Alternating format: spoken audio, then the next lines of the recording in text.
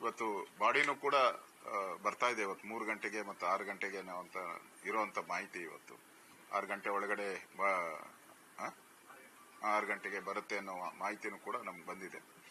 So ಒಟ್ಟಾರೆ ಈ ಘಟನೆ ದೇಶದ್ರೋಹಿಗಳಿಗೆ ಸರಿಯಾದಂತ ಪಾಠವನ್ನ ಕಲಿಸುವಂತದಕ್ಕೆ ಇಡೀ ಭಾರತ ಒಟ್ಟಿಗೆ ನಿಲ್ಲಬೇಕು.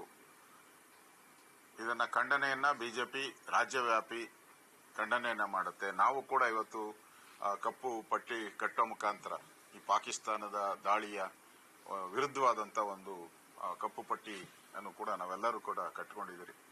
ಪ್ರೊಟೆಸ್ಟ್ ನಮ್ಮದು ಪಾಕಿಸ್ತಾನದ ಈ ಭಯೋತ್ಪಾದನಾ ದಾಳಿಗೆ ಒಂದು ಪ್ರೊಟೆಸ್ಟ್ ಕೂಡ ನಾವು ಮಾಡ್ತಾ ಇದ್ದೀವಿ. ರಾಜ್ಯ ಸರ್ಕಾರನೂ ಕೂಡ ಈ ಸಂದರ್ಭದಲ್ಲಿ ಕಾನೂನು ಸುವ್ಯವಸ್ಥೆಯನ್ನ ಕಾಪಾಡಬೇಕು. ಮತ್ತೆ ಎಲ್ಲೆಲ್ಲಿ ಸ್ಲೀಪರ್ ಸೆಲ್ಸ್ ಇದೆ ಕರ್ನಾಟಕದಲ್ಲಿ ಆ ಸ್ಲೀಪರ್ ಸೆಲ್ಸ್ ಬಗ್ಗೆ ಗಮನವನ್ನ ಕೊಡಬೇಕು.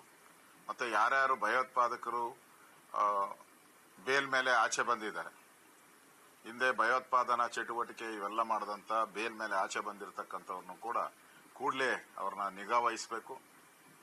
ಮತ್ತೆ ಅವ್ರನ್ನ ಕೂಡಲೇ ಪೊಲೀಸರು ವಶಕ್ಕೆ ತೆಗೆದುಕೊಳ್ಬೇಕು. ಇವೆಲ್ಲನೂ ಕೂಡ ರಾಜ್ಯ ಸರ್ಕಾರದ ಕರ್ತವ್ಯನೂ ಕೂಡ ಇದೆ, ಅದನ್ನು ಮಾಡಬೇಕು. ಒಟ್ಟಾರೆ ಇಡೀ ದೇಶ ಇವತ್ತು ಒಟ್ಟಾಗಿ ಈ ಭಯೋತ್ಪಾದನಾ ಕೃತ್ಯವನ್ನ ಎದುರಿಸುವಂತದ್ದು ಮತ್ತು ಇದನ್ನ ಖಂಡಿಸುವಂತ ಕೆಲಸವನ್ನ ನಾವೆಲ್ಲರೂ ಕೂಡ ಮಾಡ್ತಾ ಇದ್ದೀರಿ.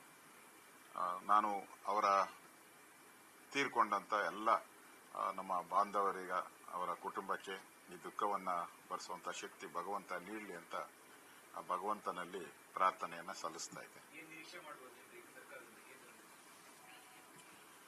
ಕೇಂದ್ರ ಹಿಂದೆನೂ ಕೂಡ ಈ ತರದ ಘಟನೆ ಆದಾಗ ಉಗ್ರವಾದಂತಹ ಕ್ರಮಗಳನ್ನ ತೆಗೆದುಕೊಂಡಿದೆ. ಈಗಾಗಲೇ ನಾನು ಹೇಳಿದ್ದೀನಿ, ಭಾರತ ಒಂದು ಶಕ್ತಿಶಾಲಿ ದೇಶ.